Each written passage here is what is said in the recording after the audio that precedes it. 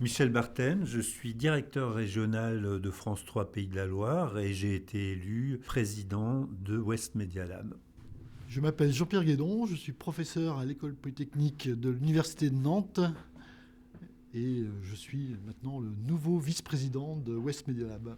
Les convictions de West Media Lab, c'est de réunir toutes les parties prenantes du cluster des médias de sorte à être plus forts ensemble que tout seul et à permettre la transition numérique des médias et de s'inquiéter en même temps collectivement de l'avenir des médias et donc des nouvelles à la fois opportunités et menaces qui pèsent sur les médias actuellement.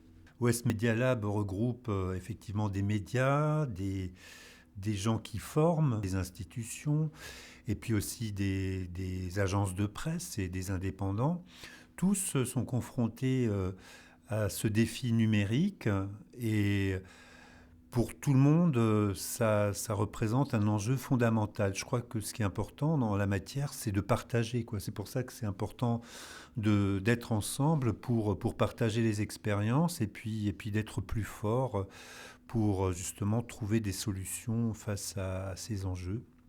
Je suis le représentant de France 3. Et France 3 Pays de la Loire, comme toutes les directions régionales de France 3, veulent aujourd'hui être un acteur et un contributeur du milieu audiovisuel, du milieu des médias, du milieu du numérique, et aussi contribuer à faire vivre ce milieu, parce que c'est important pour nous aujourd'hui, dans l'ère numérique, justement, d'avoir cette ouverture. Il y a 5 ans, nous étions 4 membres fondateurs, donc Pierre Montel, Philippe Roux, Julien Kostrèche et moi. Le constat sur, on va dire, la dissémination des forces des médias a fait qu'il y avait l'envie, d'abord, le besoin, ensuite, de travailler collectivement. Donc on a eu des réponses positives à la fois de Nantes Métropole, de la région Pays de la Loire notamment, des débuts de réponses positives également de la Bretagne. Et donc c'est comme ça qu'on a lancé une grande journée au bout d'un an de travail un peu solitaire pour avoir une centaine de personnes qui sont venues. Et donc la naissance, on va dire, officielle avec plus de 4 personnes de l'association est née à partir de ce moment-là. On avait un premier paysage avec des médias collectivités, avec formation du supérieur, des labos de recherche, puis donc des entreprises qui sont soit fournisseurs pour les médias, soit facilitateurs pour les médias. Et donc on avait le creuset suffisant pour se lancer. Les 3 années qui ont suivi, donc on a développé les grands axes qui avaient été définis lors de la première journée. Et donc dans ces grands axes, il y a eu on va dire quasiment une colonne vertébrale qui était les IBLAB. L'idée, c'était vraiment de relier toutes les communautés avec, d'une part, les écoles du supérieur, les universités, qui vont modifier une partie de leurs études pour permettre à des étudiants au moins 3 formations différentes de se rencontrer et de faire des équipes. Donc, d'autre part, ces étudiants, ils travaillent sur une commande d'un média, quel qu'il soit. Et donc, le fait d'avoir des gens d'un média qui sont impliqués pour d'abord donner le sujet, pour donner les datas qui vont correspondre, ça c'est aussi une façon d'hybrider entre les médias et puis des types d'étudiants ouverts au numérique, voire spécialistes du numérique. Le résultat, il est que chacun doit grandir. C'est-à-dire que les étudiants, à la fin du projet, ils ont fait quelque chose qu'ils n'auraient jamais pensé être capables de faire, puisqu'ils ont bénéficié des connaissances et des compétences des autres étudiants, ils ont bénéficié du savoir-faire du média. Et à l'inverse, c'est donnant-donnant, puisque les personnes du média vont aussi progresser sur du data journalisme ou sur d'autres formats qui sont donnés par les e-Blab. On parle souvent de stratégie gagnant-gagnant. Là, c'est vraiment quelque chose qui a marché du premier coup et qui fonctionne encore à chaque fois. Ce que racontait Jean-Pierre à l'instant, ça montre que West Media Lab permet de partager et de s'enrichir par le partage. Je crois que ça, c'est hyper important. C'est même la chose la plus intéressante là-dedans.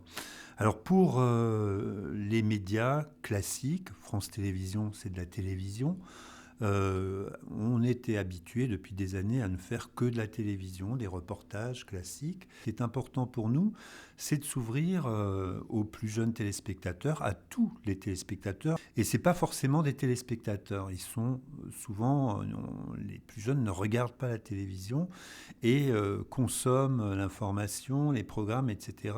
par d'autres moyens, les réseaux sociaux, par le web. Donc pour nous, c'est important de proposer des nouveaux formats et le data journalisme c'en est un. Et ça, c'est une des choses apportées par notre collaboration au e-Blab. Une autre façon de partager cette expérience, c'est le Media Lab Speed Training qui a lieu durant la Digital Week. C'est des partages d'expériences en temps réel avec souvent des démos. On a 400 personnes qui viennent et qui reviennent, qui vont repartir avec soit l'idée de se lancer tout de suite, soit avec l'idée de faire une formation complémentaire qui peut être donnée par West Media Lab ou par des adhérents de West Media Lab. Et là encore, on a vraiment une expérience qui est 100% réussie. Moi, je n'y étais pas au Media Speed Training, avec regret d'ailleurs, mais Guénolé Seller, notre délégué numérique à France 3 Pays de la Loire, et Claude Boucher, éditeur numérique, m'en ont dit beaucoup de belles choses. Bon, d'une part, eux ont pu partager. Pourquoi c'est intéressant? Déjà, ça montre, notamment chez nous, à l'intérieur, que nous faisons des choses intéressantes parce que on fait tous des choses les uns les autres et on ne se rend pas forcément compte que la pratique, en tout cas, peut intéresser d'autres acteurs. La deuxième chose, c'est le retour de tous les autres, en fait. Je pense que participer à ce genre d'événement, c'est s'enrichir, là, parce que on revient avec des choses qu'on n'avait même pas soupçonnées, si ce n'est en lisant le programme. Donc le Media Speed Training permet de connaître des nouvelles pratiques, des nouvelles façons de faire, et puis peut-être de se les approprier, quoi. Je crois que c'est le principal intérêt. Les e-Blab, le Media Speed Training, les Story Code, des formations spécifiques pour des médias ou des formations chez les médias.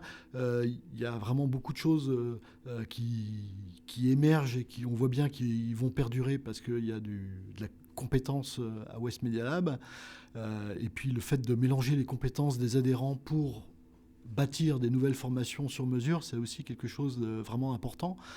On a déjà dit que le Media Lab Speed Training avait 400 personnes par an. L'idée, au vu de ces résultats brillants, et du fait, encore une fois, qu'on a un attrait particulier à West Media Lab pour les médias locaux, donc l'idée est venue d'agrandir le format du Media Lab Speed Training et de passer à, on va dire, un festival de l'information locale en invitant des médias locaux, de sorte à avoir première fois en France un festival qui va être centré sur l'information locale. Une autre réalisation qui est arrivée en 2017, c'est NMCube, c'est-à-dire le premier incubateur de start-up médias, qui a été une réponse au ministère de la Culture et qui a été une réponse positive. NMCube, c'est une belle réussite du jeu à la nantaise avec Nantes Métropole, avec Audencia Sciences Com, avec l'université Polytech. NMCube est une très bonne représentation de ce qu'a fait West Media Lab, dans le sens où effectivement on va mélanger des savoirs et des savoir-faire de gens qui ne se rencontraient pas du tout auparavant. Quand tout ça se mélange avec les savoir-faire des incubateurs et avec le savoir-faire de West Media Lab pour être capable d'aller chercher la bonne personne pour former sur tel ou tel sujet très pointu, eh ben, évidemment, on a quelque chose de très original dans l'idée et surtout il devrait être très efficace dans la réalisation. West Media Lab, aujourd'hui, c'est un cluster qui a une notoriété, qui est connue et reconnue. Voilà, donc ça c'est la première chose. Maintenant, il faut le pérenniser. Penser à l'avenir et aux prochaines années. Je pense que c'est un combat sans doute dossier par dossier. Donc je pense que c'est les objectifs que l'on peut avoir et les projets qui peuvent susciter de l'intérêt, soit des collectivités, mais aussi, pourquoi pas, de sponsors ou d'autres entreprises qui peuvent être intéressées par certaines des choses que nous ferons. Effectivement, West Media Lab, c'est quand même un cluster qui n'existait pas du tout il y a 3 ans et qui compte 130 membres adhérents aujourd'hui. West Media Lab est connu et reconnu, et pas simplement dans la région Pays de Loire ou dans l'ouest de la France. Au dernier Media Lab Speed Training, il y avait des gens de Strasbourg. L'année dernière, il y en avait de Montpellier qui rêvaient d'avoir la même chose chez eux, parce qu'il y a quand même une spécificité de ce cluster des médias qui est le fait d'avoir un poids important sur l'information locale. Et donc le fait d'avoir un cluster de médias qui soit localisé et qui, dans ses missions, a aussi l'idée d'aider des médias locaux ou régionaux, ça c'est quand même quelque chose de très important. Ces collectivités doivent comprendre qu'on n'est pas là pour demander de l'argent à l'État en étant un cluster national, mais on est là avant tout pour le développement des médias dans la région, sur des zones délimitées avec tous les types de médias. Dans les défis numériques que je vois en tant qu'informaticien, je pense qu'il y a quelque chose d'extrêmement important qui s'appelle l'intelligence artificielle. Donc ça, c'est quelque chose qui arrive à une vitesse complètement incroyable et très peu de gens s'en rendent compte. Ça va changer la vie de tout le monde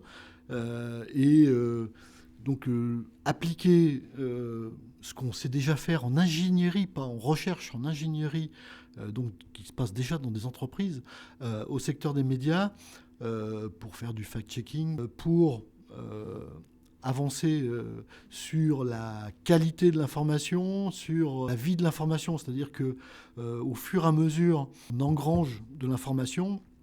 Et il y a quelque chose qui, moi, depuis maintenant un peu plus de 10 ans que je regarde le fonctionnement des médias, m'étonne toujours, même si j'ai déjà dit à plusieurs patrons de médias qu'ils avaient des mines d'or, c'est-à-dire toute l'information de leurs médias depuis des années, sous une forme ou sous une autre. Le fait d'être capable de réutiliser cette mine d'or, c'est forcément des nouveaux business models, c'est forcément un nombre d'émissions complètement qui peuvent être quasiment à la carte pour le citoyen.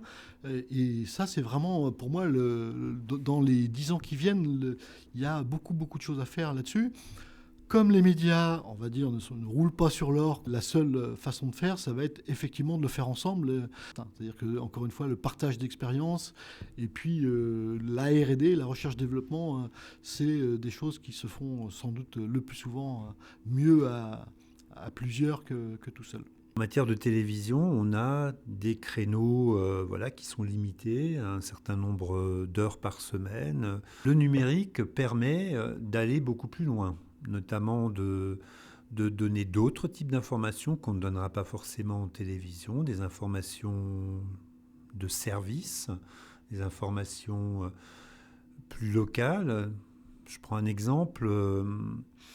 On ne va pas donner en télévision des horaires d'ouverture d'une salle de spectacle ou je ne sais quoi, alors que sur le numérique, on trouvera ça et on trouvera ça en complément, quoi, en fait. Le numérique nous apporte des fenêtres d'ouverture supplémentaires, ça c'est clair,